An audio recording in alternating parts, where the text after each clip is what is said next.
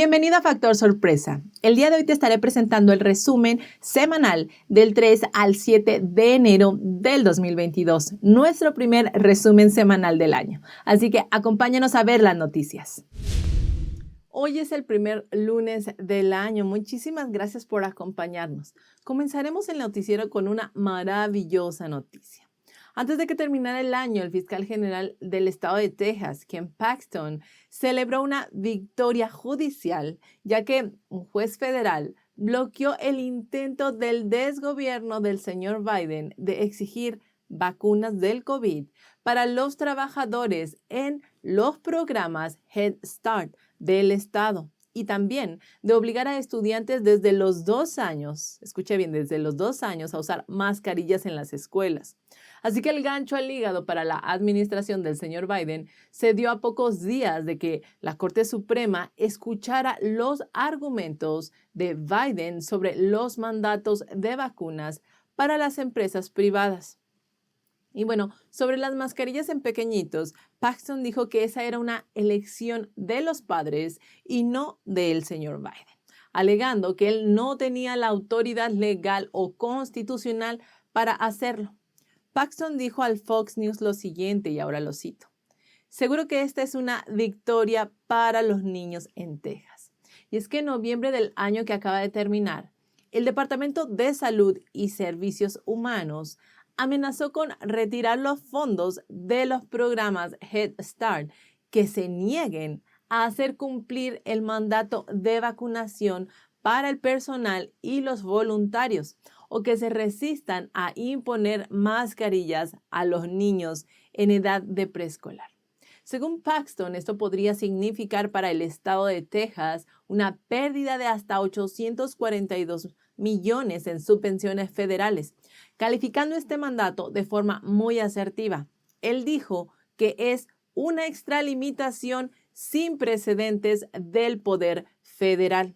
Así que este viernes pasado, el juez James Wesley Hendricks del Tribunal del Distrito de los Estados Unidos para el Distrito Norte de Texas estuvo de acuerdo y dictaminó que el Departamento de Salud y Servicios Humanos de los Estados Unidos no puede imponer tal requisito a menos que el Congreso actúe para otorgarle ese poder a la agencia. Y ante esta maravillosa victoria, el también maravilloso gobernador Greg Abbott dijo lo siguiente, y lo cito: "Texas acaba de vencer a Biden de nuevo. El tribunal escribe: es indiscutible que una agencia no puede actuar sin la autorización del Congreso. Eso se aplicará a todas las órdenes de Biden". Y bueno, este fallo, aunque solo se aplica a Texas, ya existen 25 estados que se están sumando a una demanda similar destinada a detener los mandatos contra Head Start en todo el país. Esta siguiente nota que les quiero compartir, sin duda, está como sacada de una película de ciencia ficción. Honestamente, hay ocasiones en que no me sorprenden algunas noticias, para ser sincera. Esto aunque su contenido sea muy fuerte, pero como que en cierta medida ya las veías venir, ¿cierto? Pero para ser sincera, esta me dejó boquiabierta. El Departamento de Comercio de los Estados Unidos es el departamento que se ocupa de los negocios y el comercio para garantizar la vitalidad económica del país. Bueno, pues antes de que terminara el año, impuso sanciones a las empresas de tecnología chinas y anunció que el ejército chino está involucrado en un trabajo peligroso relacionado con la investigación de la guerra del control de las mentes, o control de cerebro, contra sus enemigos, por supuesto. Según The Washington Times, dijo que el anuncio de las sanciones dio detalles bastante puntuales del trabajo de la Academia de Ciencias Médicas Militares de China y de 11 instituciones de investigación chinos relacionados. El departamento dijo que esta academia y los 11 institutos afiliados están utilizando, presten atención, procesos de biotecnología para apoyar los usos y usuarios finales militares chinos para incluir supuestas armas de control cerebral. Según el Times, 3 informes del Ejército Popular de Liberación Chino obtenidos por Inside the Ring revelaron información sobre las investigaciones de China sobre la guerra cerebral y estas no son recientes, sino que tienen varios años ya que se han venido haciendo. Según estos informes traducidos en el 2019, los funcionarios chinos llaman inteligencia de la guerra a estas discusiones del desarrollo de armamento de control cerebral. También uno de los informes dice que con los avances en ciencia y tecnología que han hecho, están mejorando los métodos y la capacidad para someter a sus enemigos. Uno de los informes titulado El futuro del concepto de supremacía militar dice lo siguiente: la guerra ha comenzado a pasar de la búsqueda de destruir cuerpos a paralizar y controlar al oponente. El objetivo es atacar la voluntad del enemigo de resistir, no la destrucción física. También puedes leer lo siguiente, dice: la ciencia del cerebro se está utilizando para extender la guerra en la esfera de la conciencia humana, haciendo que el cerebro se convierta en el principal objetivo de la ofensa y defensa de los nuevos conceptos de armas. Y en el informe también se pudo encontrar la máxima de Sun Tzu, de su libro El arte de la guerra, que decía lo siguiente: ganar sin luchar, pero ellos le agregaron, ya no es tan descabellado. O sea, la frase completa diría, ganar sin luchar ya no es tan descabellado. Y bueno, podemos ver que en el informe publicado en el periódico militar oficial Plate Daily, que es el periódico oficial del Ejército Popular de Liberación de China, también afirmó que China está fusionando 4 campos tecnológicos importantes con fines militares: la nano, bio, información y cognición. El informe también describe que el resultado que esperan de esto será la mejora de las capacidades individuales. Describe que los dos bandos combatientes utilizarán varios tipos de tecnologías de control cerebral y diseños efectivos para enfocarse en apoderarse de la forma de pensar del enemigo y su conciencia, e incluso intervenir directamente en el pensamiento de los líderes y el personal del enemigo, y con esto producir una guerra para controlar la conciencia y el pensamiento. Esto honestamente me resulta bastante perverso, ¿no creen?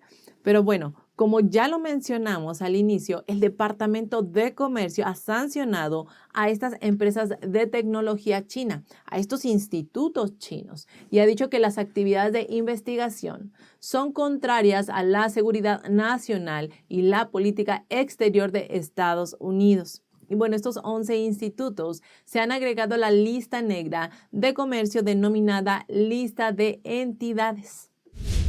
Ahora, siguiendo con temas del PSC, si bien recuerdan, el 24 de septiembre del año pasado, Meng Wanzhou, vicepresidenta y directora financiera de Huawei, que se encontraba bajo arresto domiciliario en Canadá, llegó a un acuerdo de enjuiciamiento diferido con el Departamento de Justicia de los Estados Unidos, en el que aceptó los cargos en su contra por parte del gobierno de Estados Unidos y admitió haber engañado a las instituciones financieras internacionales sobre las operaciones de Huawei en Irán y aceptó ser la principal responsable de esto. Como resultado, la Corte canadiense liberó a Meng de la custodia y le permitió salir de Canadá. Entonces fue trasladada inmediatamente a Shenzhen en un vuelo patrocinado, por supuesto, por el gobierno comunista chino, poniendo fin a los más de 1000 días de arresto domiciliario. Al mismo tiempo, después de la liberación de Meng, el régimen totalitario chino liberó inmediatamente a 2 rehenes canadienses, Michael Kovrig y Michael Spavor, que estaban detenidos hace tiempo en China. Y bueno, algunas personas piensan que Estados Unidos suspendió el enjuiciamiento y liberó a Meng, lo que significaría que la diplomacia de rehenes del Partido Comunista Chino había ganado, que por cierto, en algún momento nosotros también lo pensamos. Pero de hecho, Estados Unidos logró el propósito de la extradición de Meng y, lo que es más importante, rescató a los 2 rehenes canadienses que estaban detenidos por el Partido Comunista Chino y dando cuenta finalmente a sus aliados. Por otro lado, Canadá también resultó ganador, mientras que se considera que Meng y Huawei han caído de alguna manera, pero quien ha perdido más es el Partido Comunista Chino. Y ahora les cuento por qué. Meng fue liberada porque firmó un acuerdo de enjuiciamiento diferido, el DPA, con el Departamento de Justicia en los Estados Unidos en una comparecencia ante un tribunal vía remoto el 24 de diciembre. El comunicado de prensa del Departamento de Justicia afirma que Meng admitió que no dijo la verdad sobre el negocio de Huawei con Irán y que al entrar en la DPA, Meng había aceptado la responsabilidad de su papel principal en la ejecución de un plan para defraudar a las instituciones financieras globales. En otras palabras, Meng estuvo de acuerdo con la exactitud de la declaración de hechos de 4 páginas y renunció incondicionalmente a su derecho a solicitar una compensación de los Estados Unidos. Así que no solo ha admitido que las acusaciones del gobierno estadounidense en su contra son ciertas, sino que en realidad se ha convertido en un testigo corrupto en el enjuiciamiento de Huawei por parte de los Estados Unidos, proporcionando pruebas contundentes para que Huawei no pueda reabrir su caso. Y es que todos sabemos que, Huawei es el proveedor de equipos de telecomunicaciones más grande del mundo y alguna vez fue el mayor fabricante de teléfonos inteligentes de China, con más de 1.500 redes en más de 170 países y regiones de todo el mundo. El Partido Comunista Chino ha promovido energéticamente a Huawei como líder en 5G, pero la tecnología central y las patentes de la 5G aún le pertenecen a los Estados Unidos. Y las empresas chinas como Huawei solo tienen una ventaja cuantitativa a nivel de aplicación. La razón por la que Huawei ha podido aceptar una gran cantidad de pedidos del 5G en todo el mundo no se debe a una mejor tecnología, sino que ha podido apoderarse del mercado a través de una feroz competencia de precios bajos con el apoyo financiero del Partido Comunista Chino. Y también, por supuesto, está ayudando al PSG a ampliar el alcance de la vigilancia de los ciudadanos que adquieren sus productos, lo que representa una amenaza para la seguridad mundial. Y como resultado, Estados Unidos lanzó su plan de red limpia el año pasado, pidiendo la eliminación completa de equipos y productos tecnológicos chinos, no confiables, por supuesto, como Huawei y ZTE en 5 áreas principales, incluidos los operadores de telecomunicaciones, y pidiendo a otros países que se posicionen ante el tema. Hasta el 22 de noviembre del año pasado, 53 países y 180 compañías de telecomunicaciones se habían unido al Plan NET impulsado por Estados Unidos. También tenemos que una encuesta publicada en octubre del año pasado por el Centro de Estudios Estratégicos e Internacionales, un grupo de expertos con sede en Washington, encontró que casi el 80% de los socios y aliados internacionales que trabajan con Estados Unidos en el sector de alta tecnología acordaron prohibir empresas chinas como Huawei en los sectores 5G de sus países. Queridos buscadores, esto es sin duda una victoria muy buena. Sacar a Huawei de la jugada es un gran logro, ya que esta empresa está comprobado que tiene lazos muy estrechos con el PSG y realmente representa una verdadera amenaza para la seguridad de todas las naciones. Hacemos una breve pausa para invitarte a darle me gusta a la emisión de hoy y suscribirte a nuestro canal si es que aún no lo has hecho. Tu apoyo impulsa mucho a nuestro proyecto. También te recuerdo que compartir nuestro contenido con familia, amigos o en tus redes sociales impulsa mucho al canal y lo hace más visible a más gente, porque cuando compartes obligas al algoritmo de YouTube a acercar la verdad a un mayor público. Así que por tu apoyo, muchísimas gracias. Continuamos con el noticiero. Cuando la campaña electoral de Virginia comenzó por primera vez hace 5 meses, pocas personas parecían favorables. Era un estado azul profundo, pero después de 12 años, la opinión ha cambiado por completo. La victoria de Glenn Youngkin del 50,7% al 48,6% produjo un cambio importante en el panorama político de Virginia. Por otro lado, aunque aún no se han anunciado los resultados finales, la situación en New Jersey con el candidato demócrata ha sido similar. pasando de una aparente o segura victoria a una división de último minuto. Entonces tenemos que los deslumbrantes resultados electorales en Virginia y la situación de prácticamente morderse las uñas en New Jersey no deja lugar a duda que los votantes rechazan rotundamente lo que le ha sucedido y está sucediendo a su país, a los Estados Unidos, desde que la administración del señor Biden asumió el cargo. Y sin duda, los votantes en estos momentos han demostrado que están dispuestos a luchar por detener la locura socialista demócrata de una vez por todas. Los republicanos en esta elección vieron a Youngkin, a Sears y al candidato fiscal general Jason Miyares unirse en los temas políticos sobre la teoría crítica de la raza, también ser pro-ley y orden, también unirse a los bajos impuestos en una plataforma de reforma de sentido común. Esto sin duda pone fin al régimen demócrata de partido único y su fallido status quo. Estas plataformas electorales son el mensaje exacto que los republicanos nacionales enviarán a los votantes en las elecciones de mitad de periodo del 2022.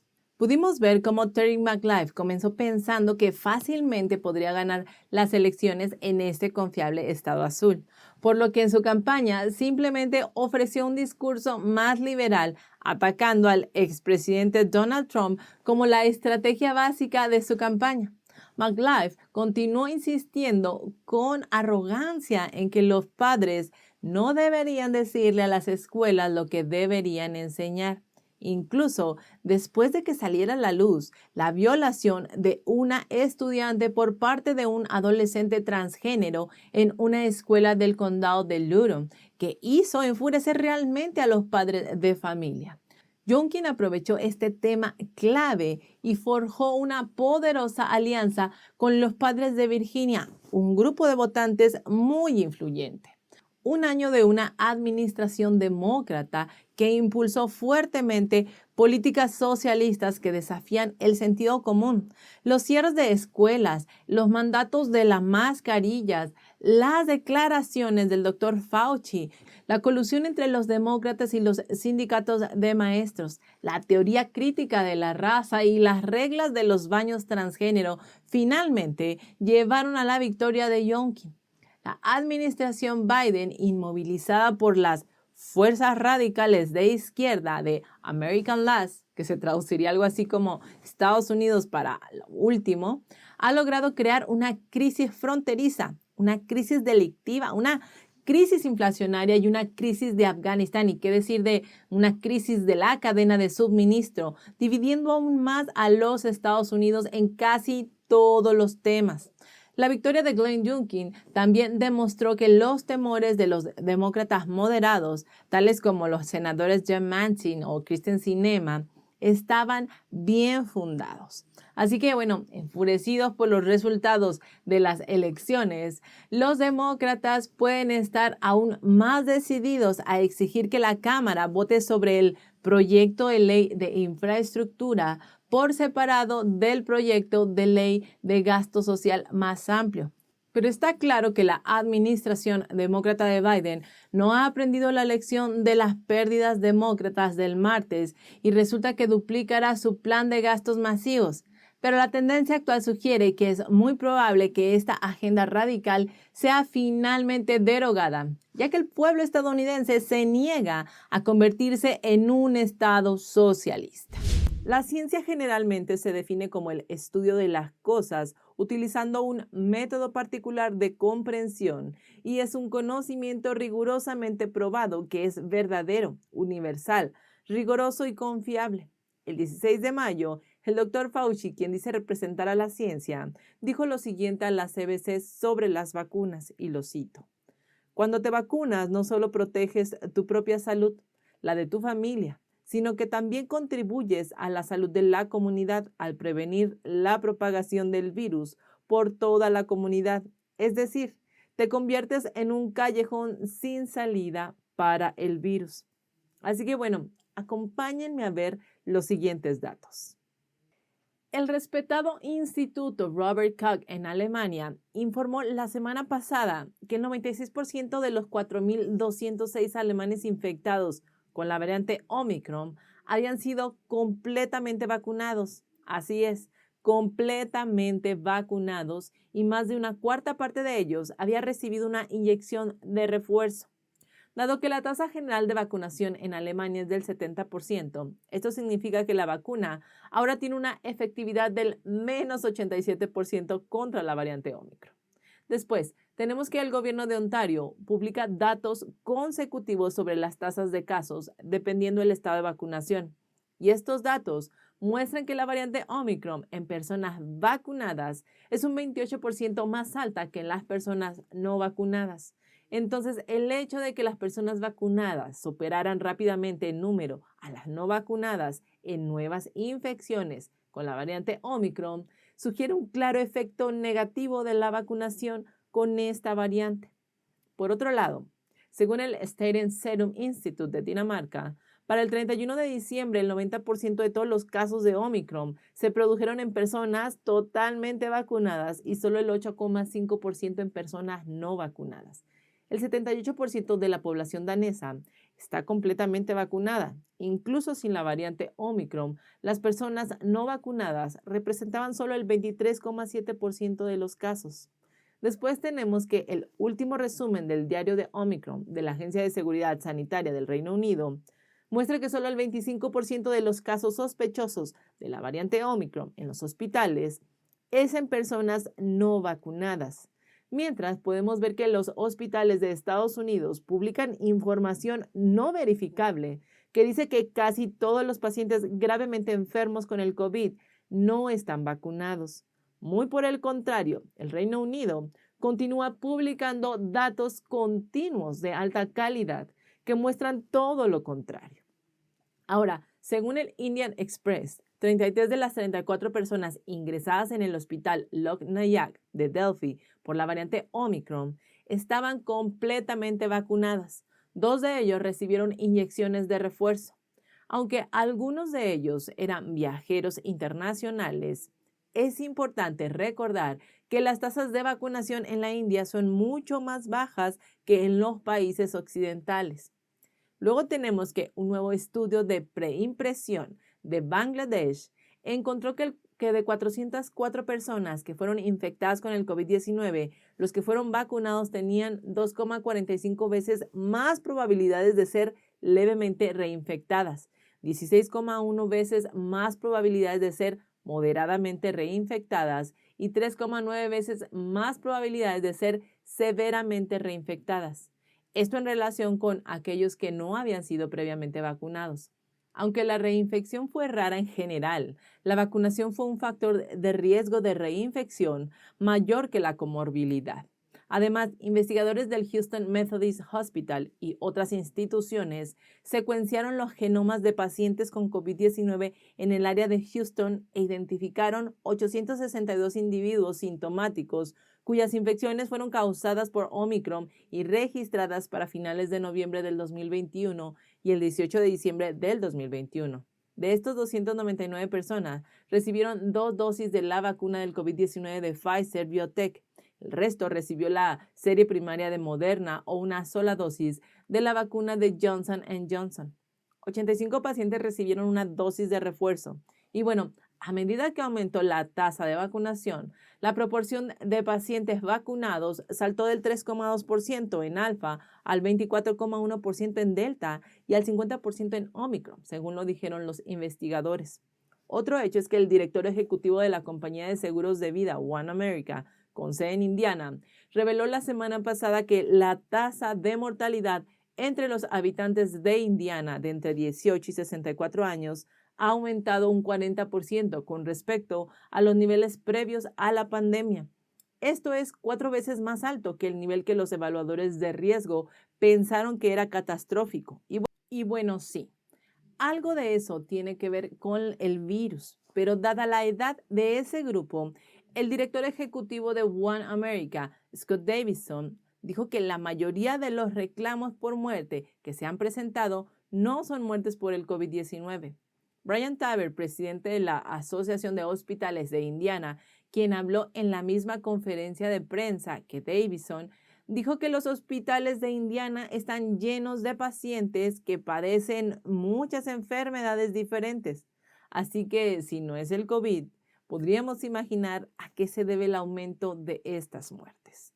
Hay mucha evidencia sobre los malos efectos y la poca eficacia de la vacuna con respecto a todas las variantes y ahora bastante claro con la variante Omicron. Aún así, el desgobierno del señor Biden, a la par del señor Fauci, aseguran e insisten sin prueba alguna que la vacunación será la llave para terminar con la pandemia y cuidar la salud de los estadounidenses. Vaya chiste. Y bueno, como recapitulación, para el 30 de diciembre del año pasado, más de 205 millones de personas habían sido vacunadas completamente, es decir, habían recibido las 2 dosis de vacuna necesarias. Más de 68 millones de personas también recibieron un refuerzo. Sin embargo, hubo más de 450,000 muertes atribuidas al COVID-19 y más de 33 millones de infecciones detectadas. Conforme avanza el tiempo, cuestiones como las variantes del virus, la resistencia a las vacunas y la eficacia de las vacunas han pasado a primer plano. La vacunación obligatoria se está convirtiendo en una política oficial bajo el desgobierno de Biden, pero también está ganando importancia la batalla legal contra el mandato de vacunación obligatoria del desgobierno federal. Y es que, insistimos, la vacunación se promociona como el camino seguro hacia la normalidad. Y al principio parecía serlo, pero la discusión sobre la seguridad de las vacunas cambió posteriormente. Después de afirmar inicialmente que no hubo efectos secundarios graves, las autoridades se han movido gradualmente hacia el reconocimiento de algunos efectos secundarios graves, tales como la miocarditis. Y bueno, después de meses de prometer abordar la pandemia de una manera única y efectiva, Biden recientemente admitió que no había una solución federal. Ahora hablemos del líder de la mayoría en el Senado, Chuck Schumer, quien el lunes amenazó con destruir la máquina obstruccionista si los republicanos no están de acuerdo con el proyecto de ley del derecho al voto de los demócratas. De hecho, es una amenaza un tanto extraña porque, bueno, Schumer no tiene los votos y todos dentro y fuera de Washington, D.C. lo saben. A pesar de esto, Schumer sigue fingiendo que tiene algún poder en el Senado, cuando está claro para todos que las personas más poderosas en el Senado en orden serían Joe Manchin, Mitch McConnell y Nancy Pelosi. Schumer no tiene ningún poder.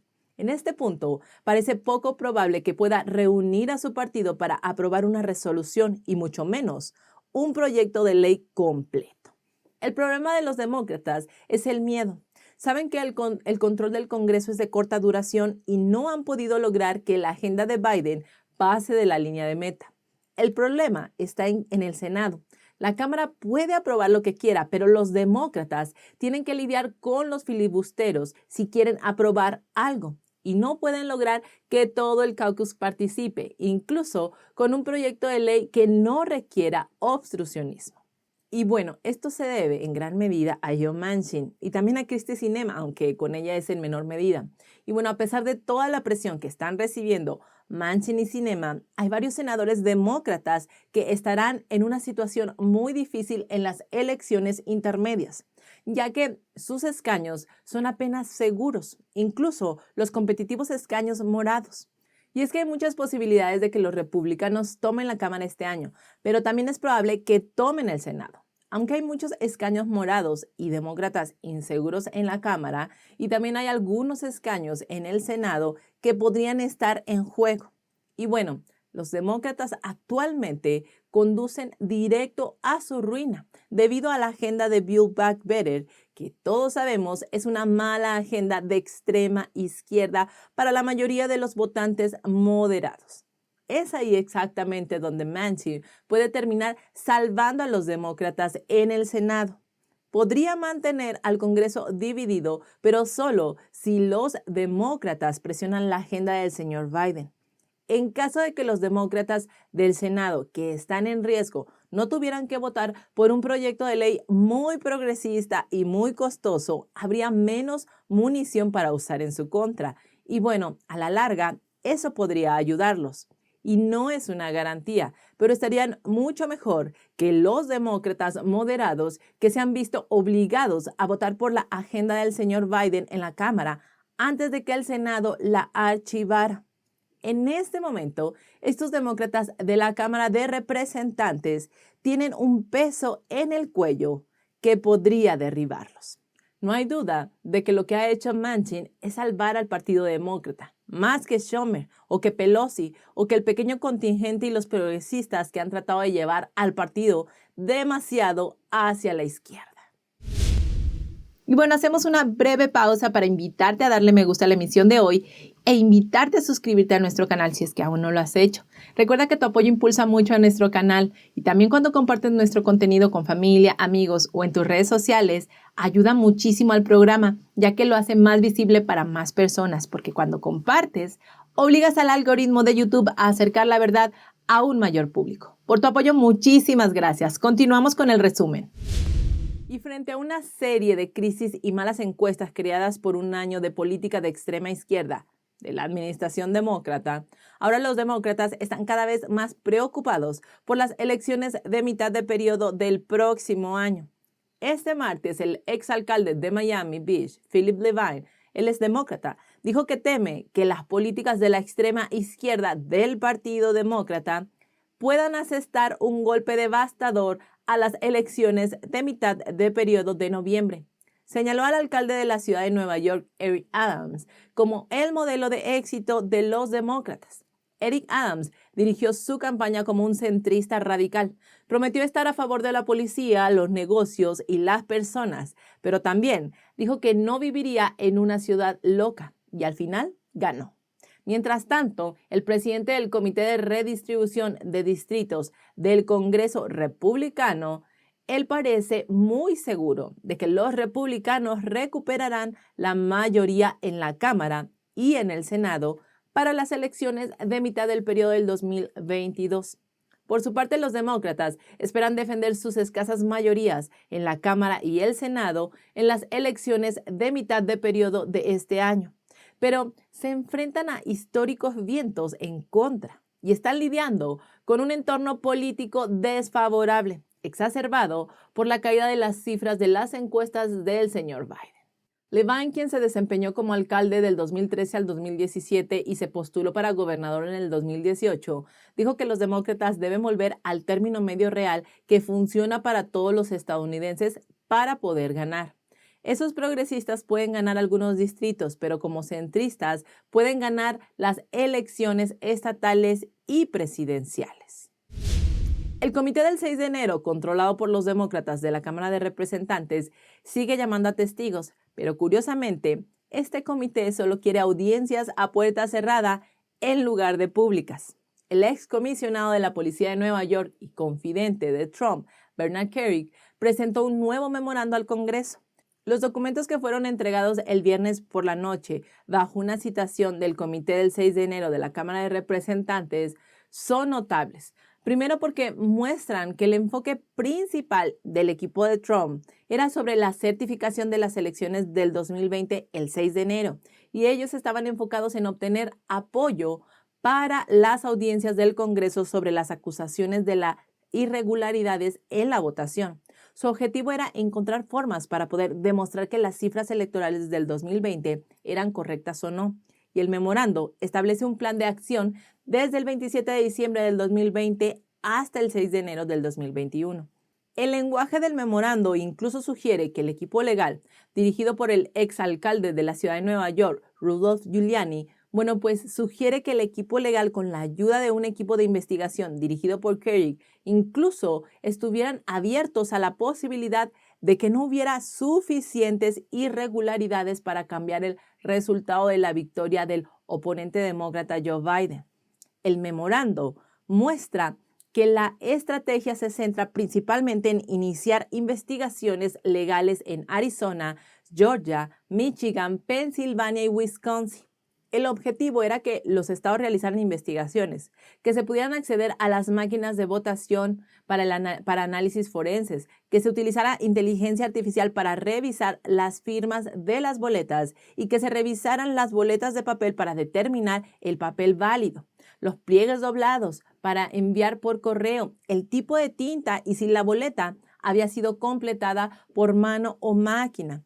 Los demócratas que encabezan la comisión del 6 de enero han dicho repetidamente que creen que Trump y su equipo simplemente crearon una gran mentira de fraude electoral inexistente para anular los resultados electorales legítimos que muestran la victoria del señor Biden. Pero el abogado de Kerik, Timothy Parlatore, dijo en una carta al comité que su cliente había presentado pruebas que proporcionaban una plétora de acusaciones electorales no examinadas y que simplemente ellos querían que fueran formalmente investigadas antes de que se aprobara la votación final del 6 de enero. Sin embargo, la realidad es que estas acusaciones nunca se han investigado a fondo. Sin una investigación adecuada, es imposible que alguien afirme con certeza qué partes son correctas. El objetivo del equipo es proporcionar a través de la investigación las pruebas suficientes o incitar al Departamento de Justicia a realizar una investigación específicamente para garantizar que los resultados de las elecciones reflejan con precisión la voluntad del pueblo estadounidense. La esperanza que tenía el equipo para el 6 de enero era presentar suficiente evidencia e impulsar una investigación que sí llevaría a un retraso en la certificación de las elecciones, pero justamente para garantizar la precisión en lugar de subvertir el proceso. Además, Kerik dijo que está dispuesto a testificar, pero insistió en que el testimonio debe ser público y no a puerta cerrada. Parlatore dijo que su equipo había obtenido una exención condicional de Trump para entregar todos los documentos, pero con la condición de que Kerik testificara en una audiencia pública. La comisión del 6 de enero se ha negado hasta el momento a aceptar esta condición. ¿Por qué será? Bueno, también se puede ver que algunas de las acusaciones enumeradas en el memorando se confirmaron más tarde, tales como las máquinas de votación que alteran las boletas o esconder boletas falsas debajo de una mesa en una estación de conteo en Atlanta. Otras irregularidades señaladas en el memo de Kerik también se confirmaron en los meses posteriores a que se descubrió que Biden era el ganador. Por ejemplo, una de las anomalías señaladas en el memorando de Kerik fue que 226,000 votantes en Wisconsin omitieron el requisito de identificación de votantes para las boletas de voto ausente en el 2020 al declararse confinados indefinidamente por la pandemia, un número que fue infinitamente menor en las elecciones pasadas. Y la diferencia entre los votos de Biden y Trump en el estado es de solo 20,000 votos. La Corte Suprema de Wisconsin luego dictaminó que los reguladores electorales del estado habían permitido erróneamente que un gran número de votantes se declararan confinados indefinidamente en circunstancias que no cumplían con la definición legal. Asimismo, los memorandos señalaron miles de boletas de apariencia sospechosa en el condado más grande de Arizona. Una auditoría posterior del Senado de Arizona concluyó que más de 50,000 boletas en el condado de Maricopa eran sospechosas y las remitió al fiscal general del estado para una mayor investigación. Y bueno, hoy es 6 de enero y hace justamente un año recuerdo estar viendo las transmisiones en vivo de la certificación del voto del colegio electoral. Y bueno, no les voy a mentir, me sentía un tanto esperanzada, pues algunos republicanos impugnarían los resultados de las elecciones del 2020. Y bueno, aún teníamos la posibilidad de que los resultados fueran investigados debido a las tantas irregularidades que comenzaban a salir a la luz. Recuerdo que la irrupción al Capitolio francamente me tomó por sorpresa, pero lo que más me sorprendía era la facilidad con la que la policía del Capitolio dejó entrar a la multitud. Y también llamó mi atención cómo, a pesar de que se esperaba tanta gente, no había suficiente seguridad en el lugar. Todo parecía realmente muy sospechoso. Pues bueno, a un año de este suceso, que definitivamente ha dejado un mal sabor de boca a muchos, el señor Biden dio un discurso en el Statuary Hall el día de hoy. Y como era de esperarse, culpó al expresidente Donald Trump de avivar la insurrección en el Capitolio el 6 de enero de este año que acaba de pasar. y también de difundir una red de mentiras para evitar un traspaso pacífico del poder durante la certificación de las elecciones presidenciales del 2020.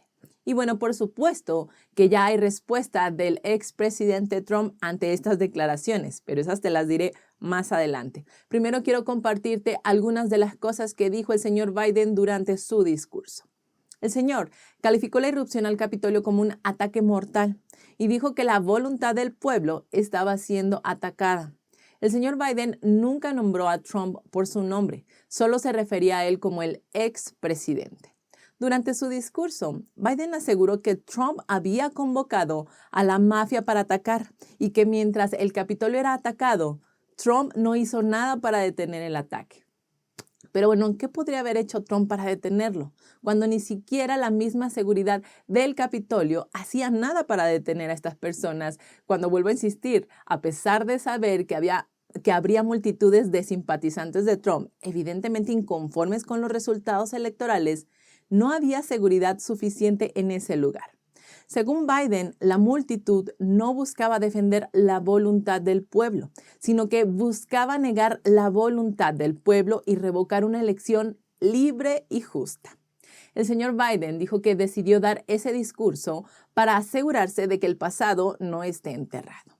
En el mensaje continúa hablando básicamente cosas en contra de Trump y en contra de lo que él llama una red de mentiras sobre las elecciones del 2020, culpando a Trump de incitar a la irrupción al Capitolio simplemente porque no pudo aceptar su derrota.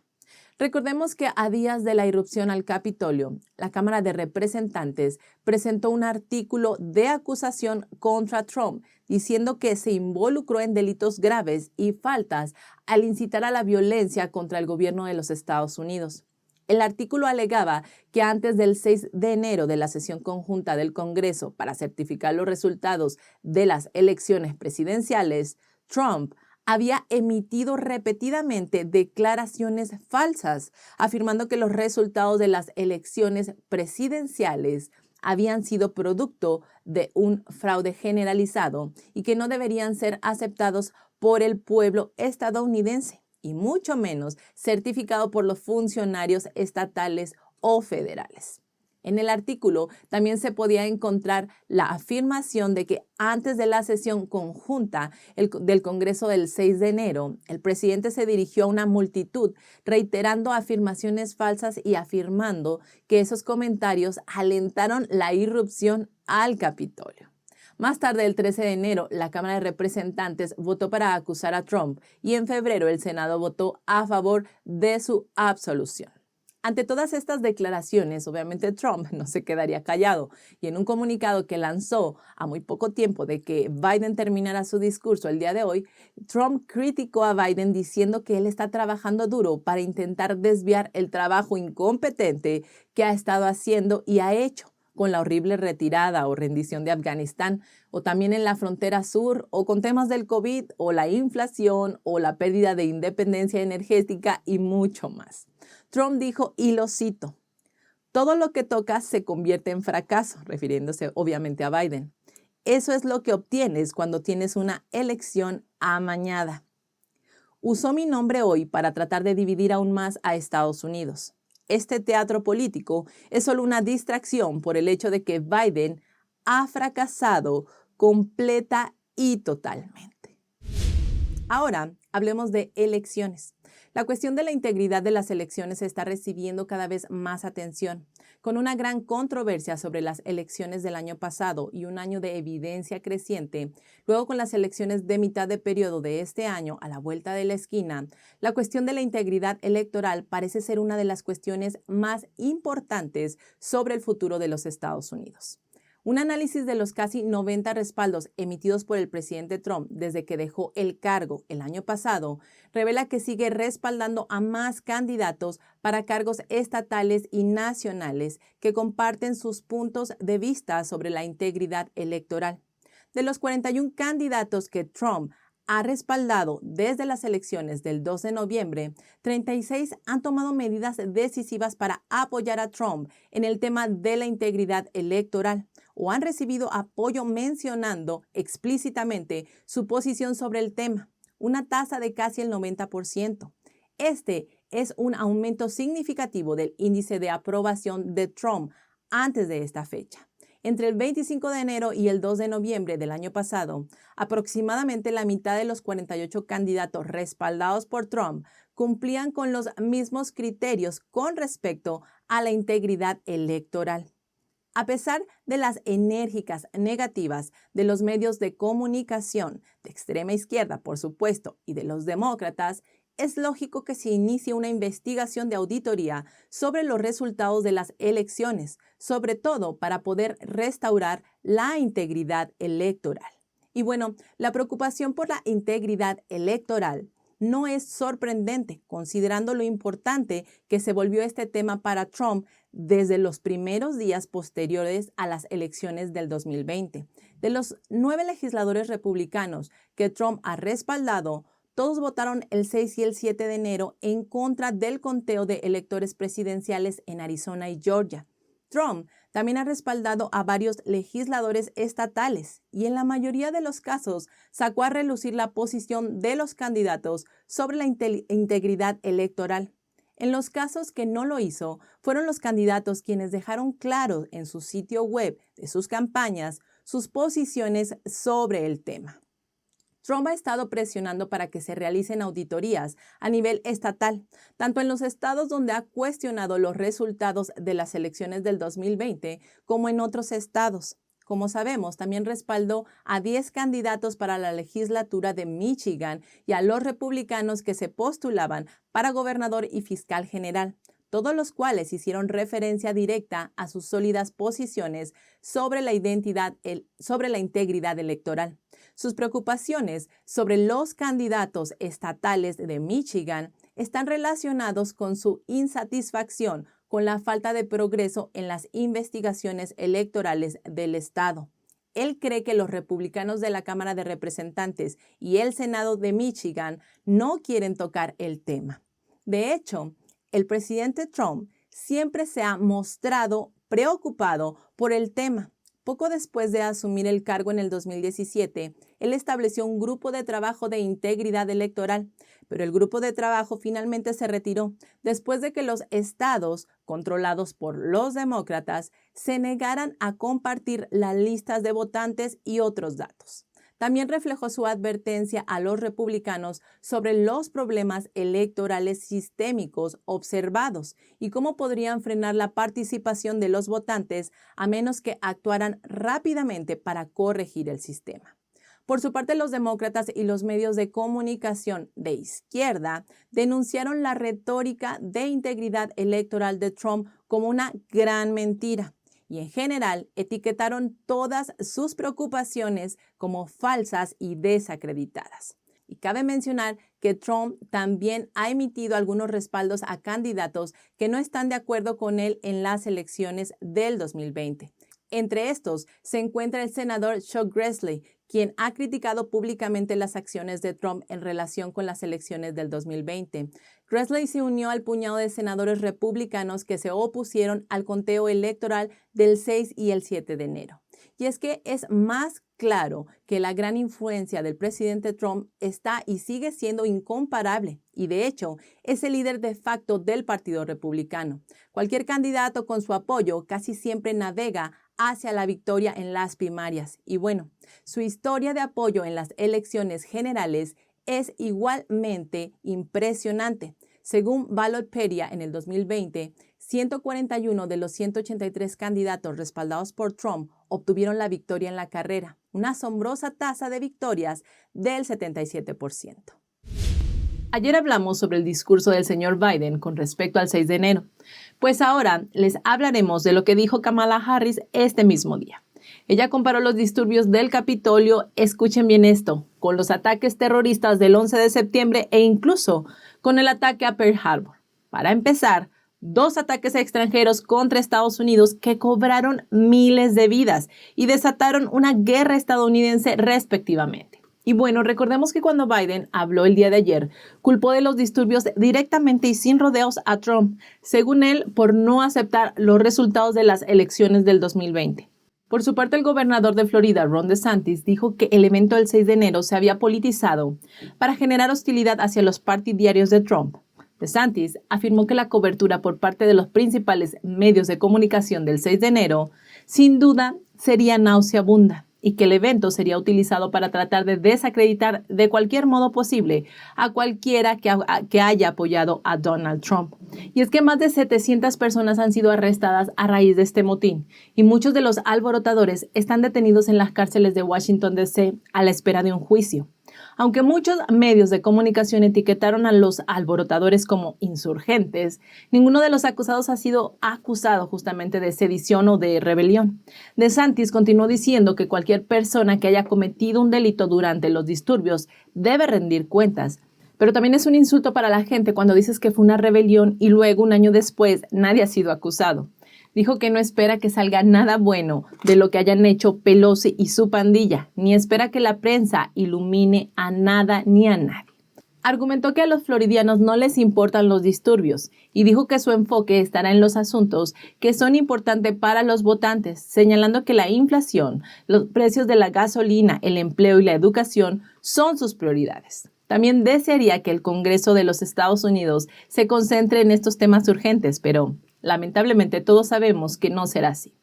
Él dijo que lo que probablemente sí sucederá es que algunas de las voces más fuertes del Congreso probablemente también terminarán de vacaciones en Florida en algún momento. Ya lo vimos hace unos días, ¿cierto? Pudimos ver a Ocasio-Cortez, una empedernida de los mandatos de confinamiento y mascarillas, divertirse sin mascarilla ni distanciamiento social en Florida. En fin, la hipocresía.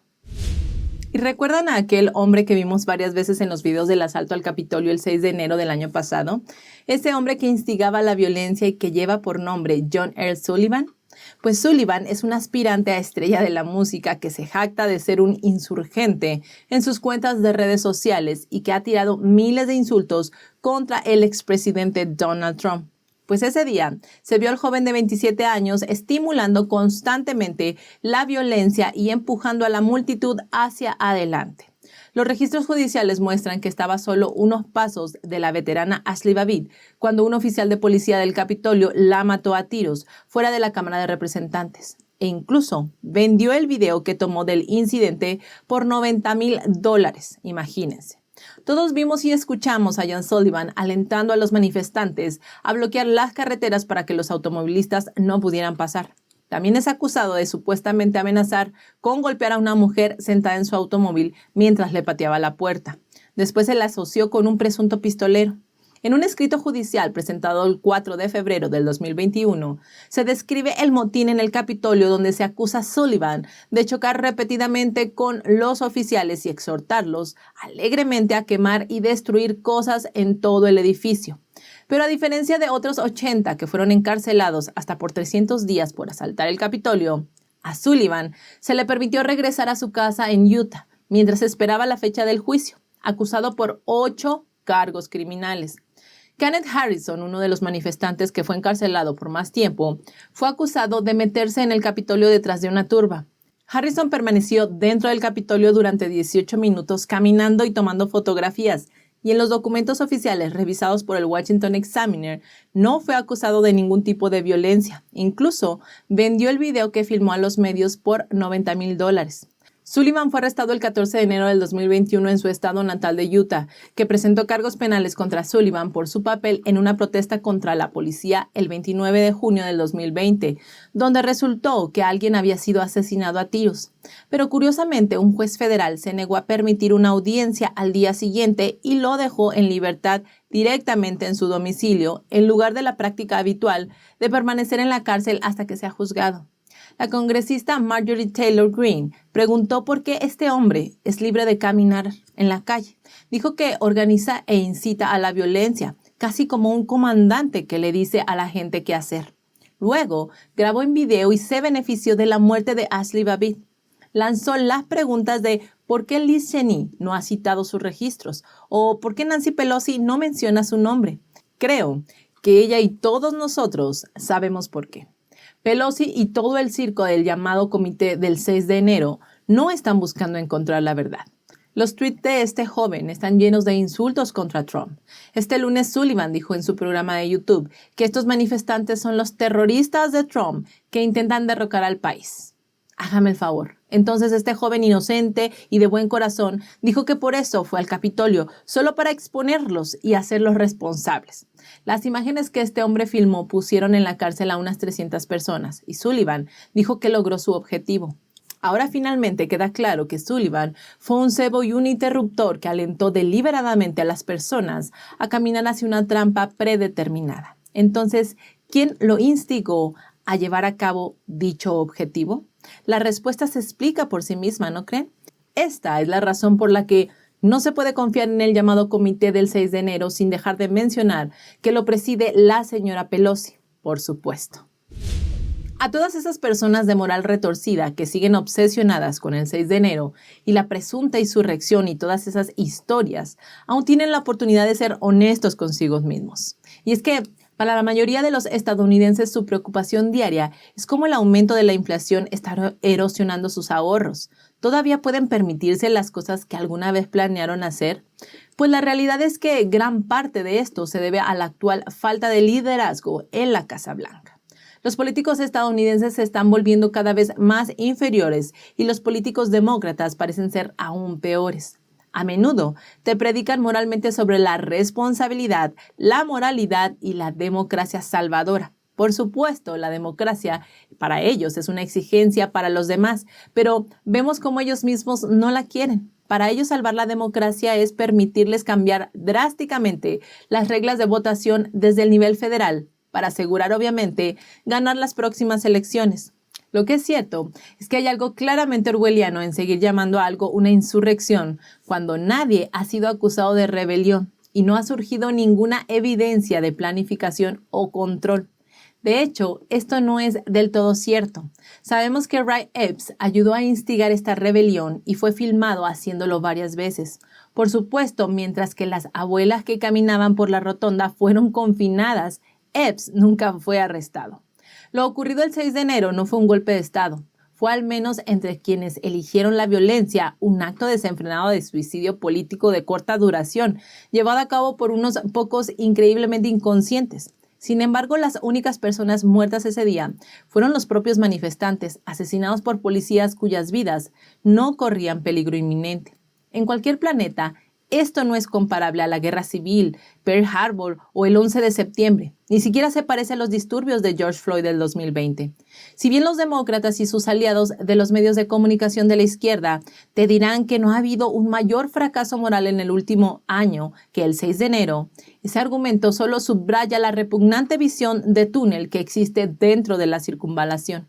¿Por qué debería uno estar más preocupado por los fracasos morales de manifestantes al azar que fueron arrestados y castigados que por los fracasos morales de un presidente que hizo estallar a toda una familia, incluyendo 7 niños, en un intento de lograr una victoria política? ¿O ese otro intento egoísta de una victoria política después de que dejó morir a 13 militares estadounidenses?